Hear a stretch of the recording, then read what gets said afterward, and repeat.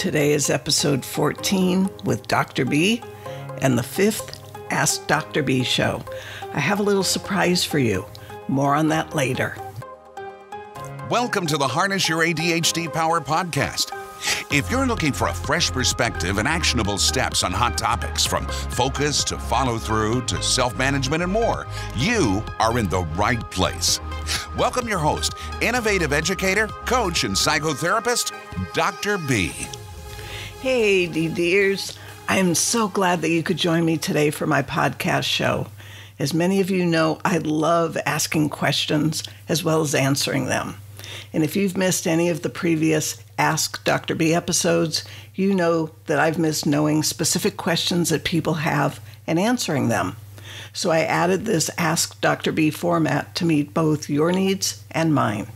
And just so you know what's coming today, the Ask Dr. B format will have no more than 3 questions per show, answered directly via stories or a blend of both, and a favorite quote of mine. So if you have questions, here's how you get them to me. Head over to my website, and under podcasts, you'll see on the right side of that section the Ask Dr. B button. Just click the button, ask your questions, and I'll be notified immediately and get to work on them for the next Thursday's show. And in the event that your question is outside the scope of my license or practice or knowledge base, I'll find a guest who can address your question and have them do so on one of the regular Monday shows. Either way, you'll get answers to the best of my ability to provide them for you. And just in case you want to know what kinds of questions people have asked me in the past, here's a few examples. What if you weren't diagnosed as a child? What were some of the first treatments for ADHD? And is it harder to diagnose women or girls than boys or men? You know, your questions matter to me. In fact, we are definitely a curious bunch, and we deserve to get our questions answered. I know that I certainly have had, and I continue to have, lots and lots of questions, and I need to get them answered, or else I spin and I ruminate on them.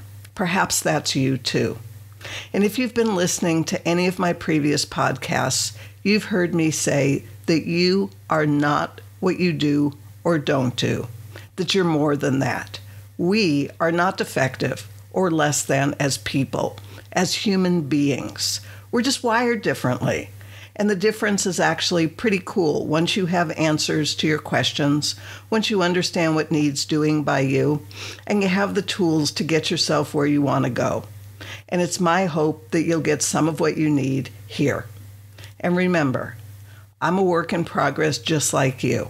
I've learned a lot about how to quiet my challenges and make the most of my gifts once I got the information I needed.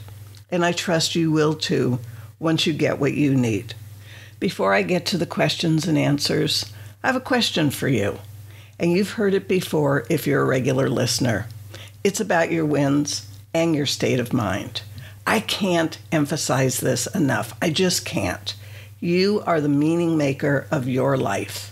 You decide that someone is upset with you because of the meaning that you give to the sound of their voice or their facial expression, rather than check it out with them to make sure that you're interpreting what you see and hear correctly. That's how it is. I talk a lot about wins. Why? Because having or cultivating a wins mindset can actually transform how you experience your life. So have you been taking time to look for your wins? I mean, really look for them. Notice them, celebrate them, share them with others who appreciate what a big deal they are for you, and they celebrate with you. And are you doing this every single day? You know, I sure hope so, because there's truly magic in all of this. And what do I mean by wins? Well, there are those little things that happen every day that are good things, positive things in the bigger picture of your life, and yet they go unnoticed, unacknowledged, and uncelebrated by you. It takes shifting your mindset, and it's totally worth it. And please, don't be the person who continues to tell yourself that it's pointless to reward yourself for what you're supposed to do. That couldn't be further from the truth. In fact, those are the very things that deserve and need to be celebrated so that it becomes easier to do them consistently and more enjoyably each and every time. So what's it going to be today? If you tidied up an area of your space, it's a win. If you let go of some things that you no longer need, it's a win. If you went to the gym for the first time in a while, it's another win. If you downloaded a meditation app or you did something else that's soothing for yourself, that's a win. And if you were motivated to return a few phone calls that you needed to make for some time, that's a win. You get the point. Celebrate them. Celebrate all of them. And none of this half-hearted celebrating. Mean it. Exaggerate your emotions. Yes, wow, awesome. And certainly celebrate the big wins too. It's just that they happen less often. And so celebrating daily wins makes a difference faster in your life because of the frequency. Shifting gears now. Today's episode is all about answering the questions that you have about issues or challenges that you experience as an adult living with ADHD and offering you hope, real hope. How much time do we have? Not much. So let's get to it. Thank you to my listeners for today's questions on these three topics: making a decision more quickly, words versus objects as prompts, and the absence of positives in an ADHD diagnosis. This podcast is sponsored by Pure Potential with Dr. B. You can head over to drbarbaracohen.com and find the podcast show notes, great free content from Dr. B, plus programs and services. That's drbarbaracohen.com. Now back to being an adult with ADHD in today's world.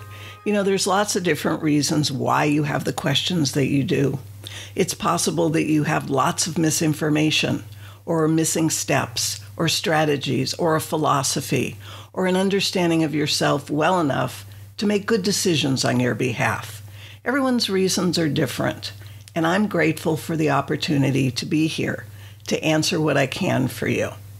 I'm going to share each question with you, share a little about the topic, offer my point of view about what I hear within the question, where appropriate, and my response to each question, which includes an action step to take. Yep, there's an action step for each question, because just hearing an answer isn't enough. You need to take action or nothing changes. So don't let yourself off the hook here. You do have the ability to respond to your needs. You do. And I hope that at least one of these topics or questions is going to resonate with you and be of benefit. So let's keep going. Thank you to Tammy in California for the first topic of making a decision more quickly. She shares and asks, I take forever to make a decision, and it's driving everyone around me crazy. I can't decide what college to go to, what nail polish to put on, or what outfit to wear out with friends. First, why can't I commit to one decision? And second, is there any strategy that you can recommend to help me decide quicker? Thanks for your questions, Tammy. Even though they're actually two questions, I'm going to roll them up into one and respond. So first, I don't hear anything at all about you having criteria to use to make these decisions. How could you possibly make any one of these decisions without a context in which to make them?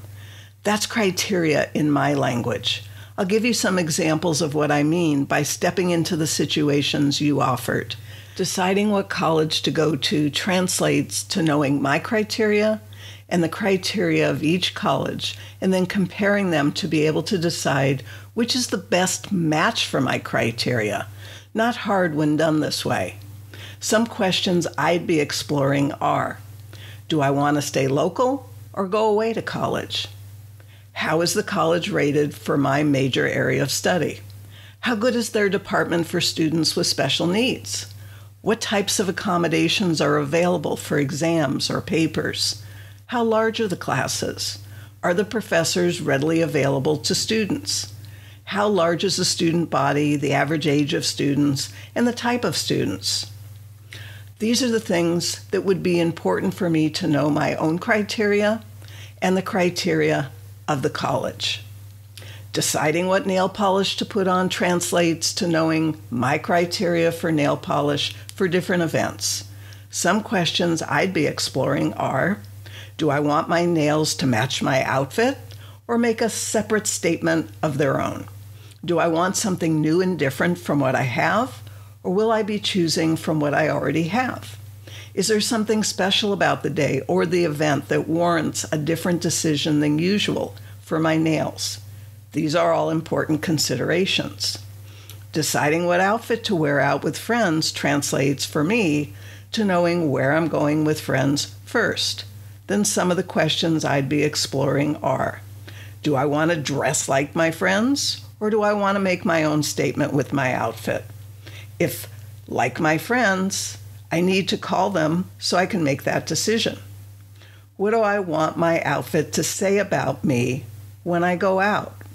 These are all important questions on all three of the areas that you mentioned, because without knowing this information, it's going to be very, very difficult for me to make a decision on any of these. So recapping your first question of, why can't I commit to one decision? I don't hear that being the problem, at least not initially. I hope you can hear that making a decision requires criteria in order to even begin to make one, let alone commit to one decision. I would suggest that you practice with the concept of criteria first and see how your decision-making abilities play out from there. If you're still having trouble making a decision or committing to one decision, then there are other issues to look at. And to your second question of, is there any strategy that you can recommend to help me decide quicker? The strategy would be to get all the information you need first in order to be prepared to make a decision. And that means criteria, yours and what you're considering. You can actually learn to make good decisions quicker with criteria. Without it, you remain at a loss. I hope this has been of benefit. Transitioning to our next question. Thank you to Valerie in California for the second topic of objects versus words as prompts. She asks, why is it helpful to me to see an object as a reminder to do something, thus the stuff on my counter, versus others who can use a symbolic prompt like a list to remind them? Thanks for your question, Valerie. Intelligent, creative adults with ADHD who prefer objects over a list are more right-brain oriented, and symbols and images and stories are the preferred method over lists and such. And there's certainly intelligent adults with ADHD who prefer a more left-brain or linear experience, such as words and lists, as well as those that prefer a mixture of both, depending on the situation. And if it's bothersome for you to have to leave so many things out and about as cues to remind you to do something, you might consider photographs of things if you haven't already tried that.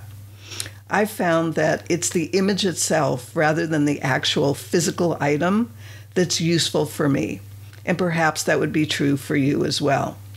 And if the images work well for you, you might also consider making yourself a map with images of what your sequences or necessary rituals are so that all the things get done that you can see with the images and in what order.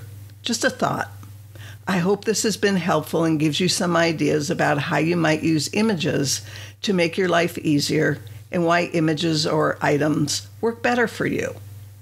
Transitioning to our next question. Thank you to Dr. B in California for the third topic of how negative an ADHD diagnosis is. She asks, why is the disorder or diagnostic criteria of adult ADHD limited to just negatives? Thanks for your question, Dr. B. First, a little background information. Disorders are different from diseases. ADHD is not a disease. According to the World Psychiatry Online Journal, assessing the number and severity of symptoms from an agreed list identifies disorders. So basically, disorders like ADHD are symptom clusters with the real nature of the disorder not indicated. And as far as I know, no disorders or diagnostic criteria include positives. It's not just limited to ADHD. This is certainly a shame when it comes to adults and ADHD because it leaves many adults feeling very bad about themselves. It only further reinforces the feeling that adults with ADHD need to be fixed and are broken in some way. I prefer to think of my brain as configured in a particular way. Its configuration or structure is different from the non-ADHD brains of the world. That doesn't imply good or bad, just different. And differences don't have to be disorders. A disorder implies lack of order or unruly behavior or a condition of some sort, all over some differences. What if we understood these differences from the very beginning, and we understood how to be with our differently configured brains in such a way that they operated even better than the non-ADHD brains of the world? When we receive a diagnosis of ADHD, we are given no information or idea of the positives of having ADHD and advised that we need to understand the configuration of our unique brain and how it can be utilized for all that it is. Here's what we typically hear. Congratulations, you meet all the diagnostic criteria for all the challenges that you already know that you're living with, and it might be helpful to you that I have confirmed that what you thought was wrong is wrong. It's a confirmation of what's wrong, not what's right with you. How cool it would be to hear instead, congratulations! You do indeed fit the diagnostic criteria of adult ADHD. However, the news isn't bad. In fact, there's a lot of good news connected with this diagnosis that I'd like to share with you. And then let's get busy bringing you up to speed on what your ADHD brain is like, how you can leverage all that is great about you and bypass that which is getting in your way and running your life into the ground. What a different experience that would be for adults with ADHD. And since I can't change how the world of assessors works, I can offer you what to add to your own mind where you have control when you receive a diagnosis of ADHD. You're just going to need to know what's so good about having ADHD and how to make the most of it and be your best self living with it. That's it for our 3 questions today. I want to thank Tammy, Valerie, and Dr. B again for their questions for the Ask Dr. B format. And remember, your questions matter to me. If I'm going to help make a difference in your lives, I need to know what your challenges are, what you're struggling with. Help me to be there for you by reaching out with your questions. A favorite quote of mine. Joseph Campbell said, "The privilege of a lifetime is being who you are." Be mindful that Campbell refers to being, not doing. The question I have for you at this point of our journey together is, do you know who you truly are, and are you living as that person? And if not, are you ready to start the journey of discovery so you can claim this privilege of a lifetime? I hope so. Do you remember how I said I had a surprise for you at the beginning of the show? And no worries if you don't. It was 6 weeks on Monday since I launched my podcast show, and I've been celebrating all week by giving my listeners a gift. I like to celebrate a lot, the big stuff, the little stuff, all the wins of life. So my gift to you for listening to this episode, number 14, or Monday's episode, 13, and posting a thoughtful review on iTunes is a little course I created entitled Change Your Life in 72 Hours or Less. That's right. If I'm going to ask you to do something for me so I can be my best for you, I feel it's only right that I give you a gift as my thank you for you taking action. Seriously, here's your bonus action step. Write a thoughtful review on iTunes and take a screenshot of it before you click the submit button. Take your screenshot and post it on my website for whichever episode you reviewed, 13 or 14, and then get your free gift on the post for today's episode on my podcast blog. This gift is available through this Friday, June 9th. And if you get confused, no problem. Just reach out to me and I'll walk you through the process. And thank you for celebrating my 6-week anniversary with me. I appreciate you showing up to listen today and in the future. New episodes are released twice a week on Mondays and Thursdays. And as a subscriber, the newest episodes will be in your feed by 1 a.m. Plus, you won't miss out on any of the extra episodes that I'm going to create with special guests. Certainly a good reason to subscribe. Perhaps even make a date with yourself to listen to each podcast episode so you hear your questions answered if you asked any of me, or just enjoy the regular episodes where I'll be talking about such compelling topics as making friends, analysis paralysis, and an even more in-depth separate episodes as a spin-off from Monday's multi-level topic. Wow! So if you received value today or from any other episode, please rate the show and write a thoughtful review on iTunes so I know I'm meeting your needs. You know, it means a lot to me to know that your life is getting a little bit better every time that we get together. And remember to subscribe so that you receive every new episode as soon as it's available. And then be sure to get over to my website to get your show notes, special gift, and learn about other services. That is, if that's of interest to you. Thanks for listening. Until the next time, bye for now. Thanks for your undivided attention. If you're hungry to make positive changes in your life, head over to drbarbaracohen.com and see how Dr. B can help you today. Whether you love making changes with one-to-one attention and community support, or on your own with self-study, or could benefit from coaching or psychotherapy, you'll find all the information right there at drbarbaracohen.com.